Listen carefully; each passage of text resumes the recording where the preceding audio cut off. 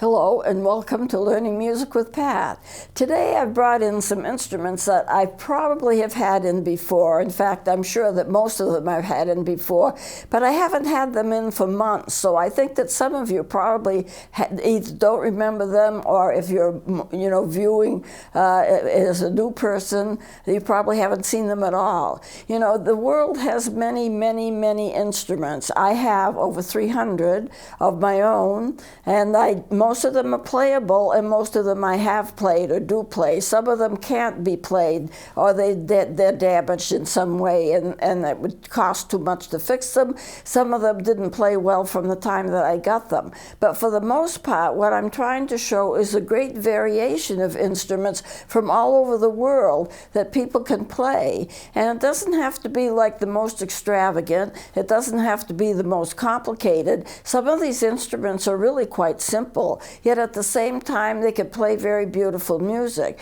Well, today I have brought in a number of instruments from Peru. These are Peruvian flutes, and they are beautiful to look at. They're very colorful. They have wonderful designs on them, and I think you would enjoy seeing them. Some of them play pretty well, some not quite so much. A lot of them are bamboo. Now, what you have to realize about bamboo is that if you're playing a bamboo instrument, it would be easy to develop a little crack in it. If you develop a little crack around by the mouthpiece, then you should probably not play it again, or play it very seldom, because that crack is going to be increased in size and in depth until maybe at some point the instrument won't be playable at all. So I'm very careful of the bamboo instruments. I have them from Korea, I have them from Peru, from other Caribbean nations, and they're all very beautiful, and I love them all. So I can use them as teaching tools even if I don't play them much. So let me start off with some of the most colorful that I have, and I'm going to start off with this red one. This is a Peruvian flute, and I'd like to have you just take a look at the designs of it. They're very colorful. They have interesting designs. I'm going to hold it on its side. You might be able to see it better, and I'll rotate it. Now, some of the designs won't come up too clearly, but you can see the etching. It's like they've etched their designs into the paint. It's like they painted the instrument first, and then they etched in the designs that they have. This is a very colorful, very interesting instrument. I've played this a good deal. I don't play it anymore. And the reason I don't play it anymore is that it developed a crack. I don't know if you're going to be able to see this. It developed a crack in the mouthpiece area. And what happens with a crack is that it is going to just increase in its size, and it would end by going all the way down the instrument instead of just the mouthpieces. If you develop a crack in a Peruvian flute or another bamboo flute, it's likely to start in the mouthpiece area where you have your mouth. The temperature of your mouth and the moisture that you have in your mouth when you're playing it is such that it would develop a crack in that area. Now, of course, these are not the most expensive. I can see the crack from around this area, but it may not show up clearly where you are. But at any rate, it is there. And so it would just keep on going and getting bigger and bigger and bigger. I had a flute, well, it's kind of like a flute. It was really like a fife. It was over 3 feet long. And it developed a crack, and the crack got so wide that there was a whole area in the front that wasn't even closed at all. You could stick your fist in it. So I have to be careful of these instruments. This played so well that I have done solos on it, and this is the way that it looks. I'll rotate it a little more just so that you can get a sense of what it's like. The back is not covered with any kind of a design.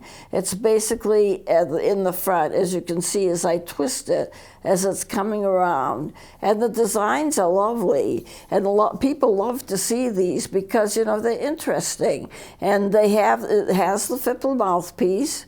I'll put it down here. This is the back. You can see where that block is. It's just etched into the wood. And but it looks like a fipple mouthpiece, a typical shape of the mouthpiece. It has labium right here, and then the tone holes underneath it. And you hold it just like you hold any other, excuse me, any other woodwind. But it is kind of hard to hold because the keys are down. The tone holes are down quite a ways on the bore of this instrument. They're not up where they would be in the usual case of your playing recorders. So anyway, but it plays well, and I've done a lot of music on it. So that's the first one that I want to bring in. This one here is a green one, and it has a tone hole in the back, and I hope the color comes in. It's kind of like a forest green. It's also a Peruvian instrument. Notice this little thing here, this knot. It's to put around your neck. It acts as a neck strap, so it's around your neck. It has the typical colored designs that are so nice, and I really have enjoyed this instrument, and it played pretty well. And in the back side, you see maybe just the color. It would be just plain, but it's a beautiful shade of green. I don't know if you can see the shade of green. And there are designs on it. And I was just noticing as I'm twisting it around, this key here is the center of a flower. The flower surrounds the tone hole. You can see that quite clearly as I turn it around, that's the way that it is. And it has designs everywhere. It has a little bird design right where my finger is. It looks like an owl or something. Now, some of these designs may be symbolic of the culture of the people who made it, but this is the green one. Very nice. Very interesting, and I love this a whole lot. The labium is right here. It's very, very close to where your mouthpiece is on the fipple mouthpiece. There's practically no space there at all. But these instruments are played, and I've heard people who are from those countries play these instruments, and they are beautiful. But I suspect that the instruments that they played are a different kind of quality than what these are. These are more simple and probably less expensive. Another one I want to show you is purple. I hope it shows up as a deep purple because that's what it is. Purple is one of my favorite colors, and it's basically the favorite color of most children. And a lot of people like lavenders. Look at the designs on this. And I think that some of them are cultural. There's a little bird symbol down here where my right hand is, but it's small. I don't know if it's going to show up very well. It has a typical fipple-like mouthpiece, and the block is etched in. It's wood. And then it has the labium. The labium is very close to the top of the instrument as it was in the other one that I showed you. And you can see all of these exquisite designs. I'm spotting a flower as I look at the monitor. It's not facing me, but right here is a flower. There's lots of flowers, lots of birds, lots of bright, bright colors. I have an ocarina that's a Peruvian ocarina that's made to be worn around your neck. I didn't bring it today, but I will probably have it in a future segment. And it's about yay big. You put it over your head, and you put it right on, just wear it like a pendant. It's made out of clay. It's fairly large to wear, but it is made to wear. And it has this beautiful cross kind of designed on the front of it. But since it is clay, I don't take it out often because it is very breakable. Now, there go the lights. This one here, I haven't had it in for a long time, but I have had it in. You can see the design on it. Yeah, that if I turn it around just on the front, and there's spacing between the designs. So if I hold it like that, you can see every inch or two, half inch or so, there's another design. There's plenty of clear areas as well. Now, this is a different kind of instrument because the labium is in the back. And the mouthpiece, it's actually an end-blown flute. The mouthpiece is just a little tiny crack.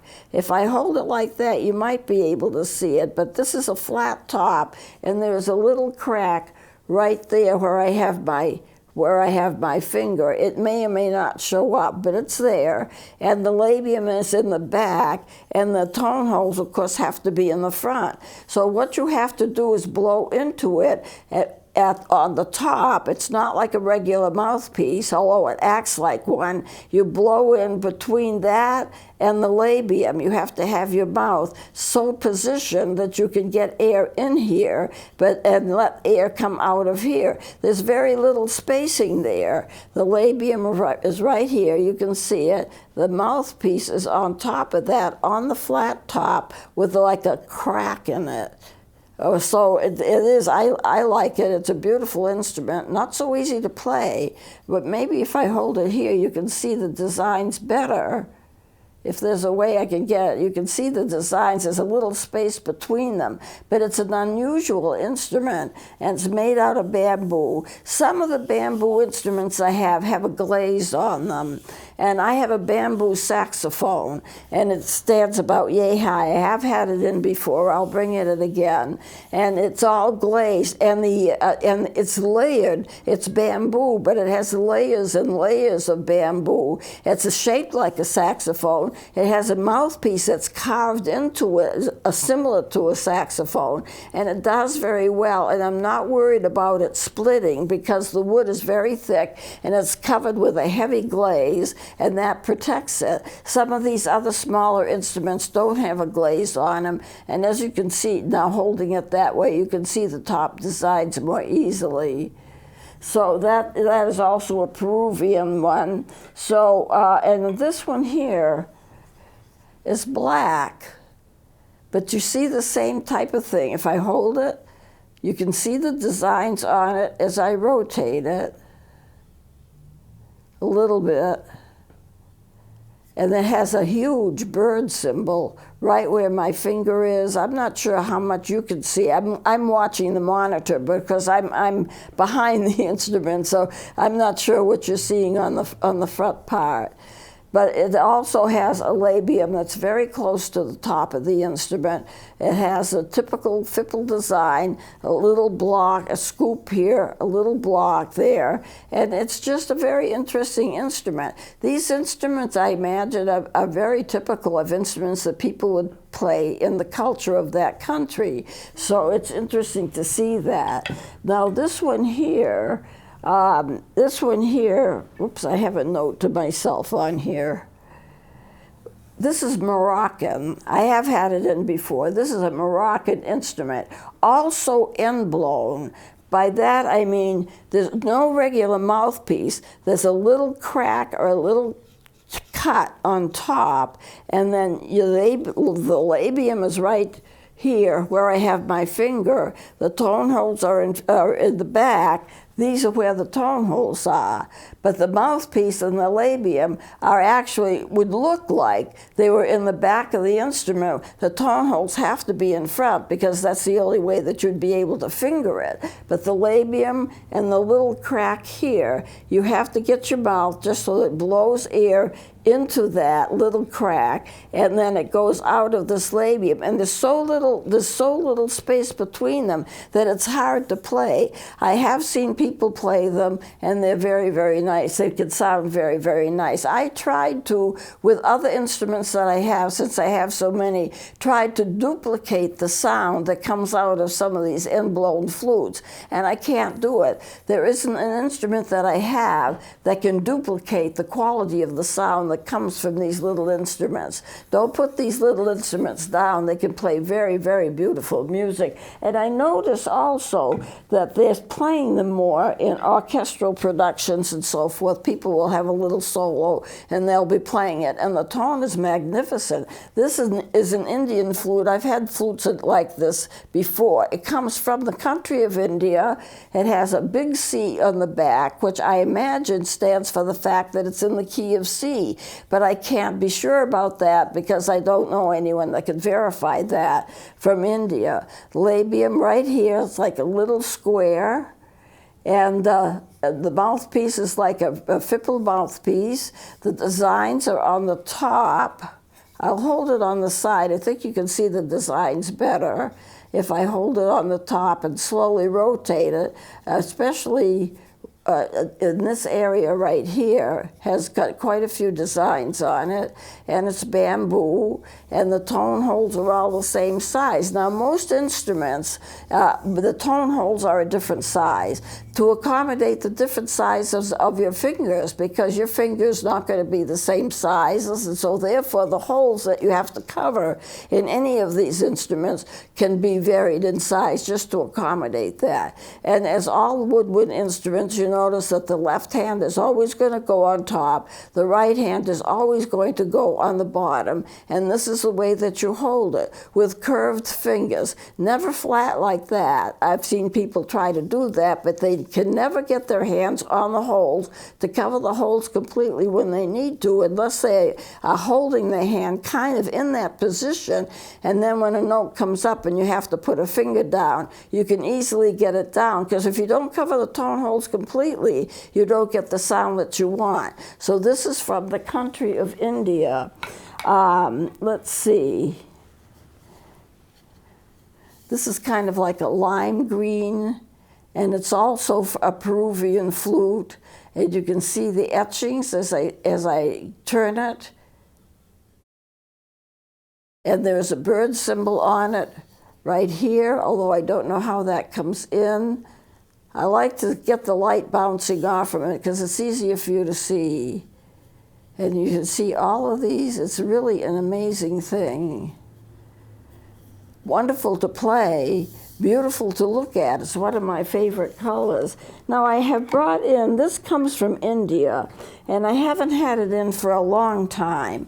And this one here, if you can get a close-up, I don't know if you can, it's almost like it's three-dimensional. There's all these carvings in it. You know, it forms kind of like a pattern. And so we can going to try to take a close look at this so we can get that in. Because it's not like a design that's been painted on or etched on. It's actually been carved. And I don't know how much of it is symbolic, but you can see it does have a leaf. There is a leaf design on it, and yeah, I think you can see it better. It's all carved up. You can see it almost looks three-dimensional. It is three-dimensional, and you can see how that is. It's very, very unusual. I don't know if anyone has anything like it. Let me show you where the tone holes are. I can feel them, you know. I can't look at them directly. I can feel them. But the whole thing is like been carved in 3D, and you get a very interesting pattern. It must have taken hours to do it. You have a very interesting pattern. A lot of it is leaf designs and vines and so forth, and it's just amazing to look at that. Now you can get a good look at it. I'm going to rotate it since we have a close-up of it here. Can you see how that's three-dimensional? And that's been carved in, and it's all over the instrument. It's not just in one part of the instrument. It's carved in all over the instrument, and it's from the country of India. It's nothing that's local at all. You can see that there's like a little swirling design there. I'm fascinated by it. I'm fascinated by the fact of how much creativity it took to etch that, because it's all over the instrument. It's not just in one part. So if I hold it like this, you know, and you can feel that it's three-dimensional. When you learn how to play an instrument, you learn where the fingers go, and you don't always have to check yourself. Like I've got my hands in the right position here, and I'm covering the tone holes, and I can feel the tone holes.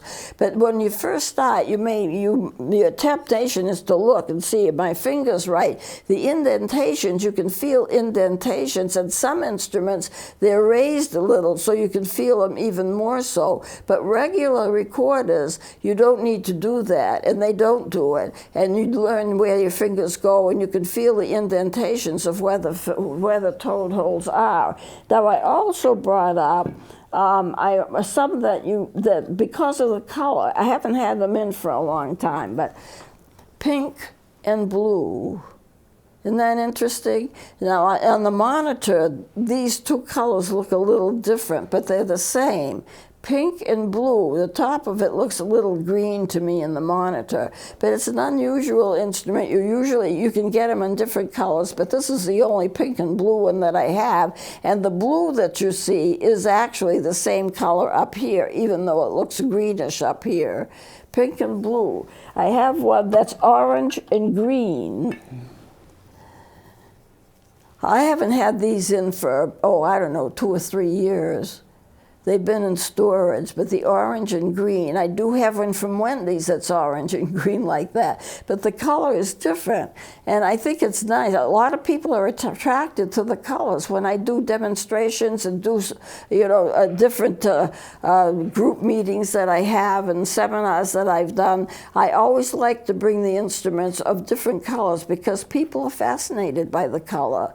Orange and green, not the best playing instrument, but a nice instrument nonetheless. And this is a Skaggs. I have had Skaggs in here before, but I usually bring in the green one. You can see the block. It's just so easy to see because it's white, and it'll come through as being white on the top of the mouthpiece. And the back, it's white. Usually they try to make it about the same color as the instrument, but in the Skaggs, it's really different. You can see the white on the top right here, and that's part of the block. These instruments are quite interesting, and also they're simple, but the beauty of it in music is that you can get very beautiful music from very simple instruments. This white that seems to be coming through is part of that block. And you can see it when I twist it on the side. You can see the parts of it that become part of the mouthpiece when you look at it from the back. So this is a Skaggs. And I've recently become interested in them. I walked into a music store. I didn't even know they existed, but I walked into a music store with my sister, and I said, look at that. And I bought 2 or 3 in different colors. I've got them in green, I've got them in blue, I've got them in this reddish color, orangey reddish color. And I like them because they do play well. And at the same time, you can see that block. So it makes an interesting teaching tool.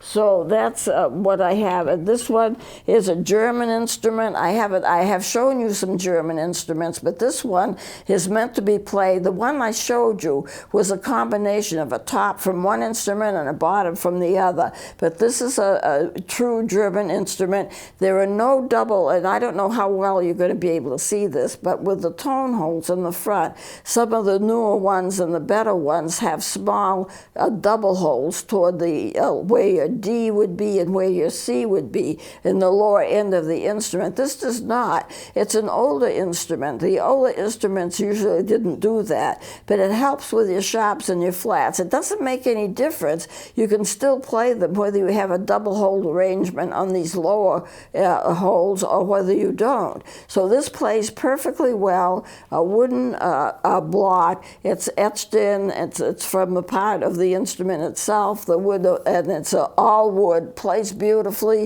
I've used it before. I can take this apart. I'm not going to do it here, but I can take this apart. So you see that there is so much variation in instruments from different countries, and yet they're a lot similar in some countries as they are in what we make here.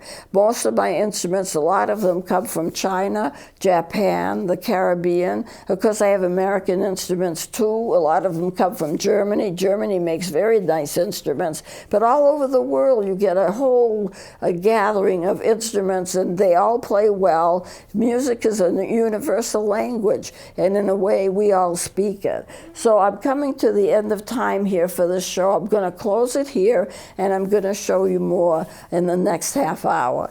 Thank you for watching, and please join me again.